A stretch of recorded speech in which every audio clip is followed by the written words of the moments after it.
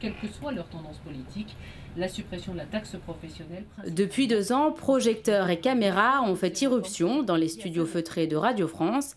Les chroniqueurs vedettes et les interviews phares sont désormais systématiquement filmés et mis en ligne. On ne fait pas de télé, on n'en a pas les moyens. Ce n'est pas notre mission. Par contre, dans un monde d'images où les écrans sont partout, je vous rappelle qu'un individu moyen en Europe est exposé 36 fois à un écran dans la journée. On ne peut pas s'en passer. Avant, on était partenaire avec une référence de la presse écrite, Le Monde, et puis une télévision installée, je dirais presque normale. Voilà. Et depuis cette rentrée, on est toujours partenaire avec Le Monde, un grand acteur de la presse écrite, mais en vidéo et non plus en télé, on est partenaire avec Dailymotion. À Dailymotion, plateforme de diffusion de ces vidéos, on réfléchit à la façon de mettre les ondes en images.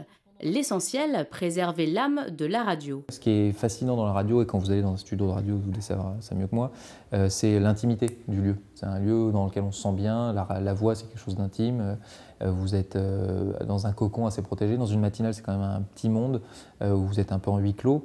Et c'est cette intimité-là qui est à préserver. La radio filmée, il ne faut pas que ça soit intrusif, il faut que ça reste une caméra dans un coin qui embête pas trop le reste parce qu'il faut que ça vive. Et ce qui est intéressant, c'est le fluide qui est entre l'invité, le chroniqueur, le journaliste, l'intervieweur. Il faut que tout ce qui passe entre eux ne soit pas tué ou rabaissé par la caméra. Donc, me semble-t-il, le premier piège à éviter, c'est celui de vouloir faire de la télévision. Il faut faire de la radio filmée, il ne faut pas faire de la télévision. Le président fondateur n'a pas arrêté de demander à son fils « Mais pourquoi notre équipe nationale ne va pas partir en Coupe du Monde de football comme toutes les autres? Pourquoi ?»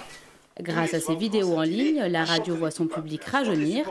Et pour Maman, chroniqueur humoriste à Radio France Internationale, ce nouvel outil est un tremplin. Président fondateur, ben oui, j'imagine que c'est des Gondouanais.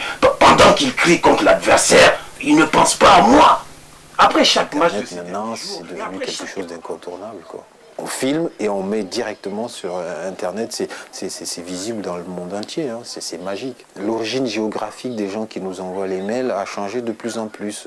On a eu comme RFI et beaucoup diffusé dans le monde, en Afrique aussi, et moins connu en Île-de-France ou en France même. Et on a de plus en plus de mails d'auditeurs de Paris, d'Orléans, de Marseille, de Lyon.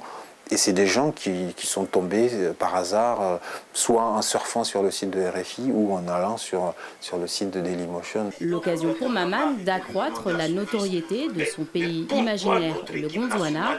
Il faut juste prendre de nouvelles habitudes. Je n'ai plus le nez collé comme ça à mon texte, et puis je suis obligé de me changer tous les jours. Mais bon, depuis qu'on a le Gondwana, les t-shirts de Gondwana, il ne faut pas que les internautes croient que c'est le même t-shirt. Je le change tous les jours, je le lave, je le repasse.